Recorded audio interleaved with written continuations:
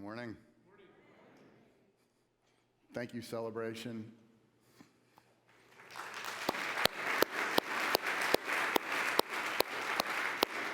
For all that you do, for that amazing message of us being spiritual beings having this human experience, that affirmation. Nina and I, my wife, were chatting earlier this week about how much we appreciate being able to come back and be here and listen to Celebration. And there's a new appreciation for being able to be together here today and participate with those that are online. What a blessing. We have so much to be grateful for. One of the things that I was particularly grateful for this morning was the ability to turn left into Unity Church of the Hills without taking my life in my own hands. We have a center turn lane. For 20 years, those who have been coming us that long, we have had to take risks every Sunday. So we're committed or desperate, something. And I also want to recognize and thank everybody that helps make this happen. It's not just the folks you see on the stage, but it is our technical folks, our volunteers, our staff. There's so much that goes on during the course of the week to make this really, really important hour or hour and a half of the day happen. And I'm grateful. We can all be grateful for that dedication and love.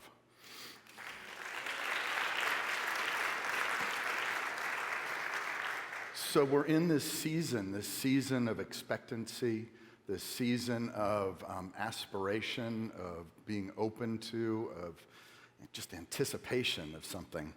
And we call it Advent. We've got the wreath with the candles, and I love what New Thought does with this. I came up in a rather conventional theology, and in that theology, I came away from Advent with the idea that you get to play with fire. And that was about all the useful tool that I drew from that. And that wasn't that theology's fault. That was my inability to really be present and listen to what was being said and done. And so, today we're going to contemplate one aspect of this preparation for the Christ Spirit. The Christ Spirit, the initial commemoration of that birth on this planet, for that demonstration for us, and for our own embodiment of that. We celebrate in unity through these hope and peace and love and joy. And I'm going to have a slide go up. There we go. Being an engineer, I can't help but break things down into their requisite components. And so, I asked myself some questions when thinking about peace and doing a talk on peace. What is that? What is the activity of peace? And questioning, the conventions and our typical approach, and maybe reframing peace somewhat. Because we all want it. We all want it. And I would probably hazard a guess that we all share some frustrations with the inability for it to be realized, either in our own lives or in the world at large. And looking to the source of peace. Where does it really come from? Where does it emanate from?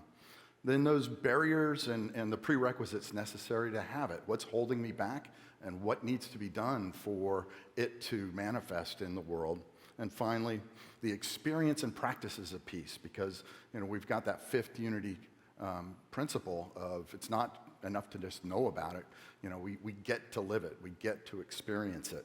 And so those are the elements that I'll be breaking it down into. So we can dispense with that. Thank you. And I love the piece in Reverend Cherie's prayer this morning about peace being a presence. That it is about a presence, a way of being. In Advent, we celebrate the states of being in New Thought that prepare us for embodiment of the Christ Spirit and to commemorate the arrival of the Christ into this world for the first time. And last week, Reverend Cherie talked a little bit about, we've got hope and peace and joy and love, but if these don't work for you, what are the attributes of your God that you want to emulate and be in this world, and choose the ones that work for you.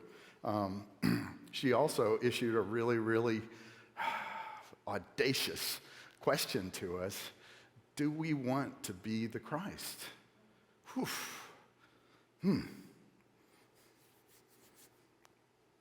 She talked about the power that we are, and that requires a displacement of what my own impression of myself is. Probably the biggest challenge is my ego, out of whack one way or another, either too great or too small to be able to realize what that potential is, but it's there in us, as Celebration did at the beginning. A definition of peace that we can use, a metaphysical perspective, is that it is the tranquility and harmony associated with adoption of the Christ consciousness. I think that's a great definition.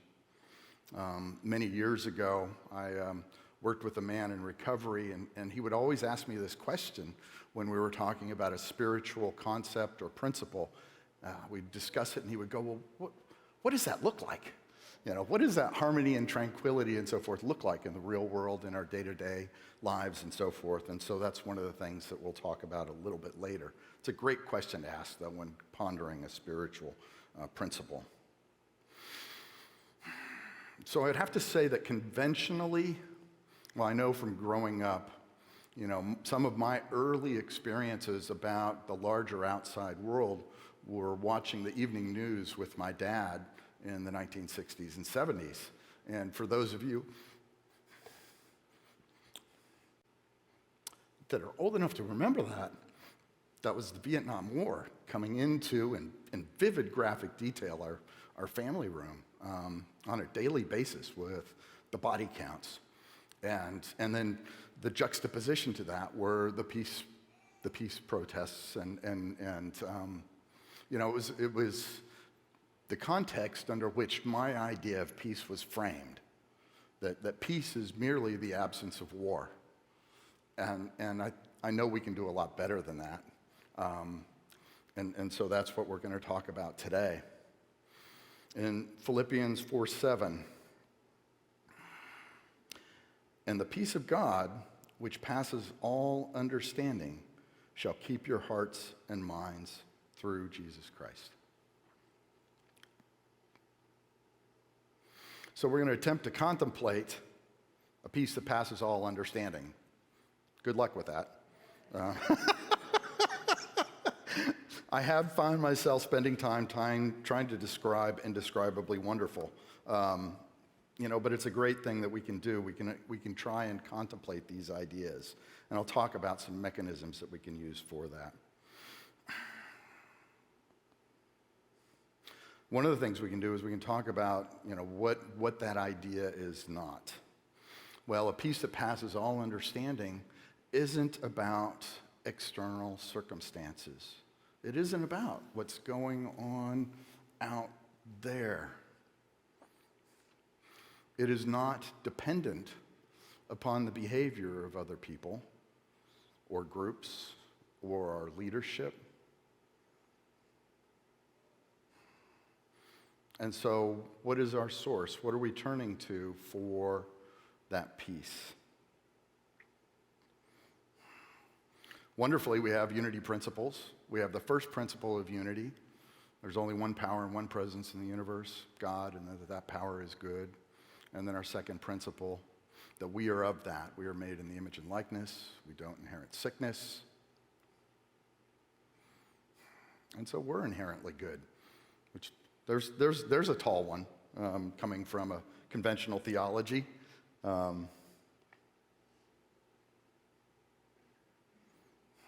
So if we're made in the image and likeness, why am I not experiencing maybe as much peace as I would like in my life?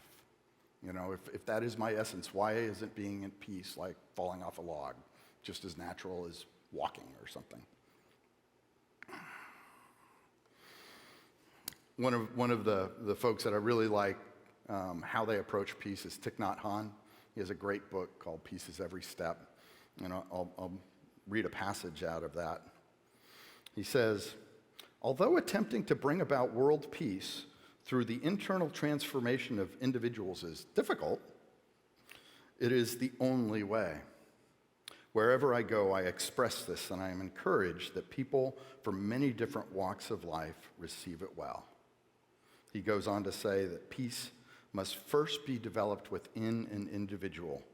And I believe that love, compassion, and altruism are the fundamental basis for peace. Once these qualities are developed within an individual, he or she is then able to create an atmosphere of peace and harmony. This atmosphere can be expanded and extended from the individual to his family, from his family to his community, and from his community to the larger world. So the humbling news is that we are the beings of peace on the planet. The good news is that we are the beings of peace on the planet, and we have dominion over what we do. I love that song, Let There Be Peace on Earth and Let It Begin With Me.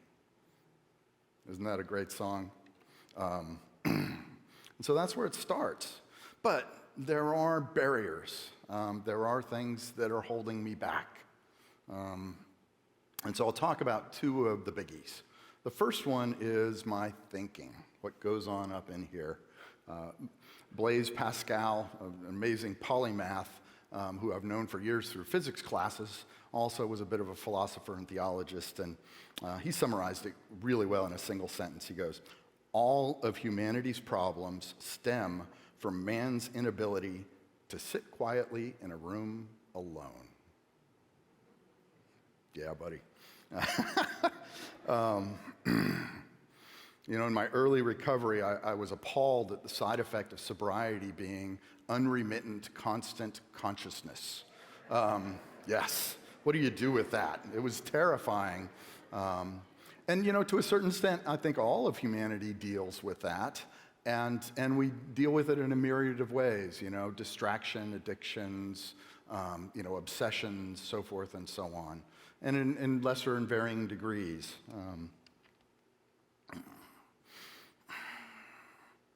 And so what are the ideas behind changing this thought life? And Eckhart Tolle has a book called Power of Now that if you haven't explored yet, it's a wonderful thing to have on your night table and just dig a little piece in. It's too meaty to read like a novel.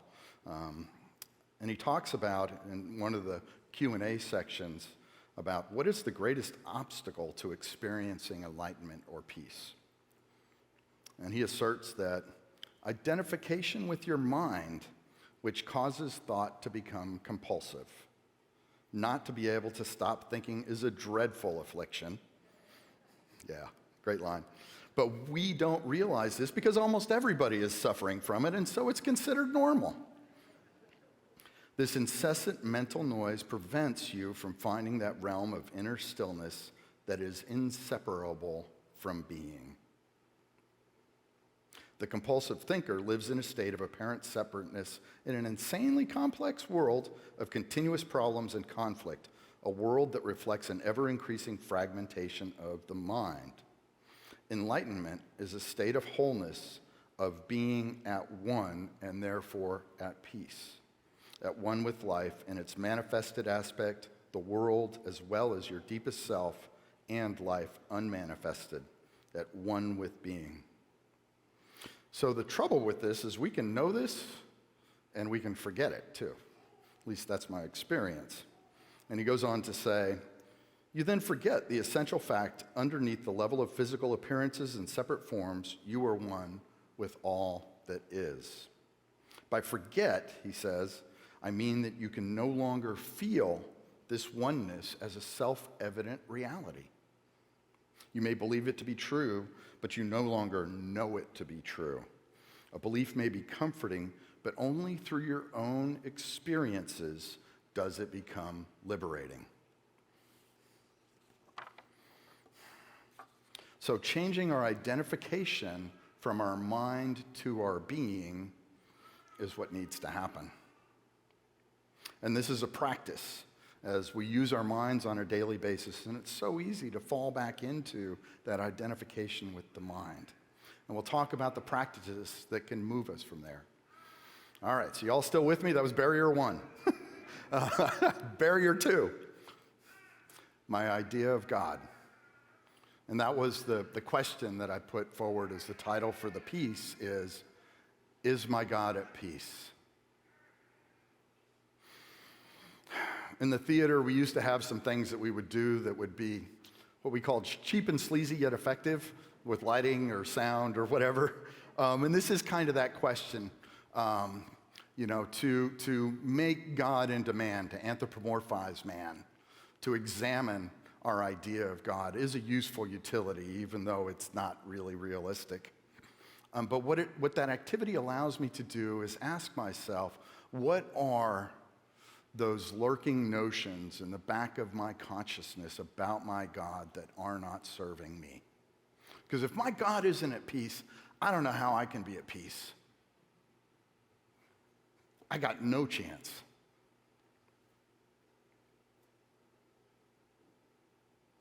So the messages that we got in our youth, potentially, and not all of us did. Some of us were raised in New Thought, but many of us weren't. We've immigrated here. There was a wrathful, judgmental, spiteful entity out there that was in charge of everything. And there are still vestiges of that in the nooks and crannies of my consciousness. And so I'm wanting to bring those to light, and we can examine those pieces and ask ourselves, are they really still there in any effect? Shining the light on them helps them dissipate. We do so many things here in New Thought. We have the attributes of God: omniscience, omnipotence, omnipresence, infinite love, infinite joy, infinite peace. But I don't experience those as much as I would like to. So we have dominion over ourselves, and in this season of preparation, we can set an intention to let go of these old ideas, to let go of these ways of being that aren't working for us today. But an intention is not the same thing as a practice. We can set the intention here, but does it make it to the end of the UCOH driveway? Or even as far as 183. And I can speak to that because I've done it. Oh my gosh, I've left here feeling so spiritual, and you know what? It can fade. Yeah. So that's the second barrier. So I mentioned that I wanted to talk a little bit about the prerequisites, and this is where the good news is. The prerequisites for us being the Christ, being peace in the world, are nothing. We don't even need to understand what the extent of our capacities or powers are.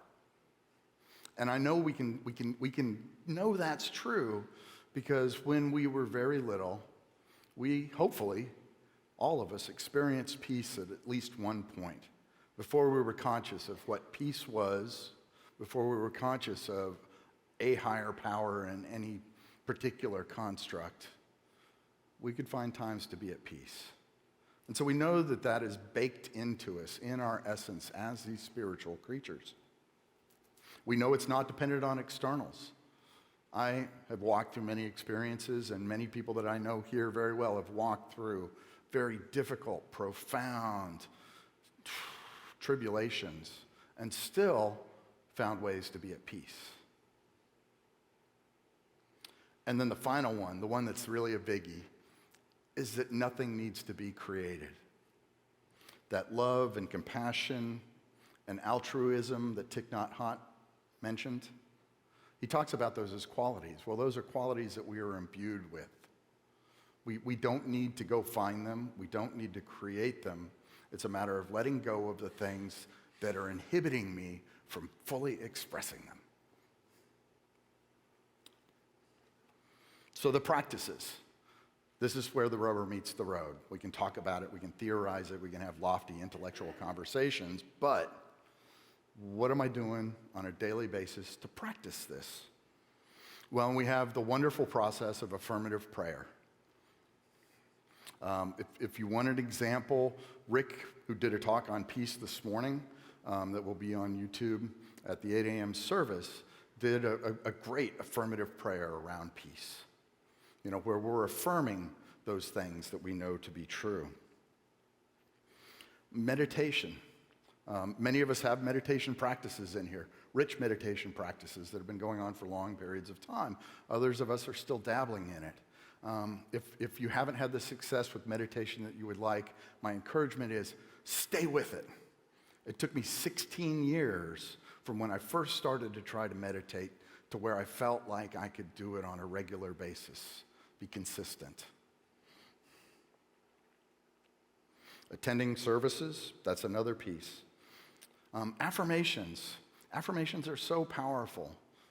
Not too long ago, a friend of mine started sending me a text with just 3 little gratitudes on it, and then did it again another day, and every day after started sending that to me. And so I've started doing that with some other folks too. And it's just a way of affirming positivity and putting it out into the world.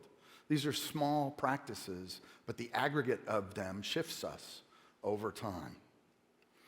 One other piece of good news too, a favorite definition of mine of a miracle is a quickening of spiritual advancement. You know, our walk into forgetfulness, if it's 40 miles, doesn't have to be 40 miles back out. We can set that intention, start the practice, and be shifted in relatively short order. Spiritual literature. We get to partake of spiritual literature. If you don't have something going all the time, find a book and have something that inspires you. There's so much in there. We've got this phenomenal New Thought bookstore, the only one in Austin, and it's available. I think being particular about what we take into our consciousness. There is so much information available out there right now, and being discerning about quality information, impartial information, if we're looking at news, information that is not meant to be obscene or inflammatory, but that supports principles that we're trying to live by. And it's a simple thing, and it's easy to get drawn into the social media stuff, I know. I had to give up my Reddit feed because it just wasn't serving me.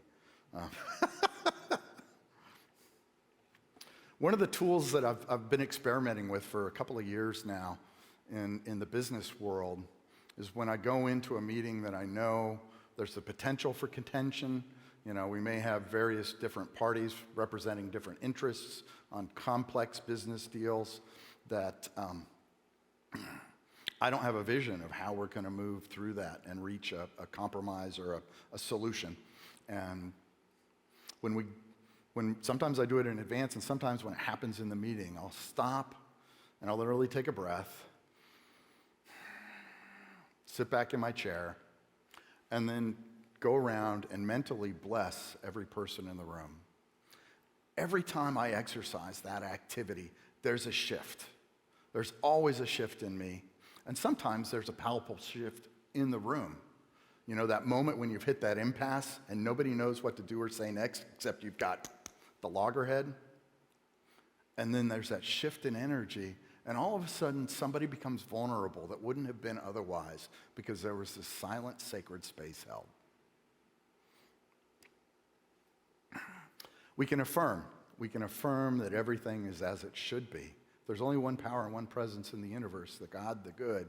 The universe is inherently friendly, and it's doing what it's supposed to do. I've walked through many personal experiences.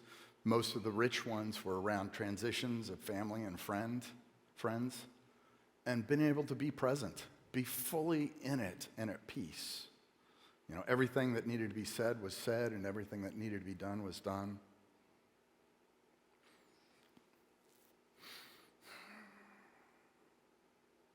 Last week, Reverend Cherie talked about hope and expressing with confidence that all will work out to the highest and greatest good. And I've seen that with our congregation. You know, I get to see the congregation from multiple perspectives, as a congregant and then also as the president of the board. And as the president of the board, I get to see how the sausage is made. And it's caused me to fall in love with this community more and more, especially when we've walked through hard times. Because there's always been a large cadre of people here that through the most difficult of times, you know, tumultuous minister transitions, difficult finances, controversies, pandemics, everybody's always risen to the occasion. There's always been those that have been holding this highest and greatest good in consciousness for us. So we have resources for all of this. We have this amazing church community.